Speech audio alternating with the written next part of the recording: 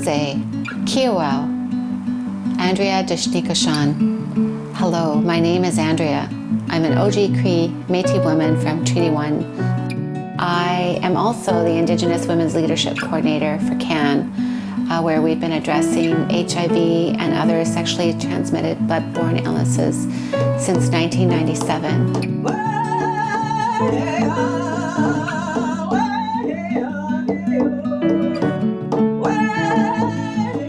Historically, Indigenous women were revered in their communities.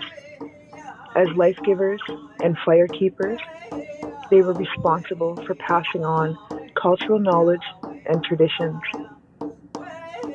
Prior to contact, Indigenous women held influential positions and were substantially involved in the political, social, and economic governance of their peoples. The systemic genocide, the ongoing genocide of the displacement of our women, and if you married someone who was non-Indigenous, you became white. But someone who married a non-Indigenous woman who married an Indigenous man became Indigenous, and how that really displaced a lot of our women and was an intentional disruption of our systems of care. And my husband always says, if they didn't allow us to be the speakers, then we wouldn't have a job. And I think sometimes a Coast Salish culture can be viewed as patriarchal, where we have the men speaking, but really it comes from the system of care. And when I think of matriarchal, I don't think of like a queen or a matriarch. I think of Indigenous leadership and women and what their traditional roles and responsibilities are. I think that all of our women, all Indigenous women, have to be strong. That there's not really an option to not, because innately you're a caregiver, you're a mother, and so you don't just have to think about yourself, you have to think about your community and your family. And I don't think that there's one Indigenous woman who isn't strong, despite anything that they might have gone through. I know what it is like to grow up in communities with the troubles that we have, that is left over from colonialism and oppression. From what I've witnessed in my lifetime, Indigenous women inherently are step into those spaces to hold space. So they're not just holding space for themselves. They're holding space for their children, their grandchildren, their partners, their aunts, their uncles.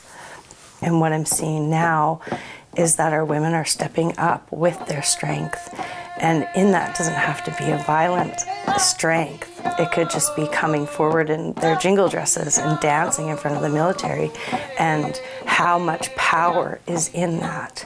I see it everywhere right now with the women that are stepping forward, because I think it makes it more difficult for them to do what they'd like to do when you see the women in the regalia and in ceremony bringing forward those strengths. And it's also healing to us. That's the beautiful thing. It's threatening to them, but healing to us.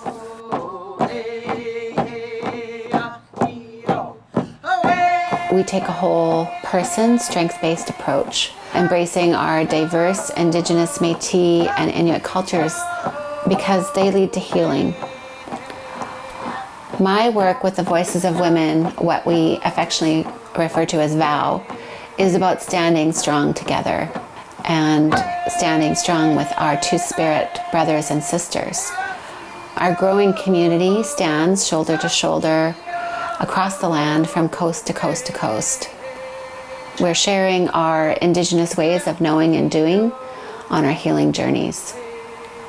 There's wisdom and bravery and strength in the Voices of Women, and they bring that to their families, to their communities, and to our board of directors, and to policymakers across the country. I feel so privileged to work with VOW. Not only do I get to help amplify the voices of women, I get to reconnect with my own culture and learn from our elders. And together we're creating an impact. We're standing strong together and making change in a good way.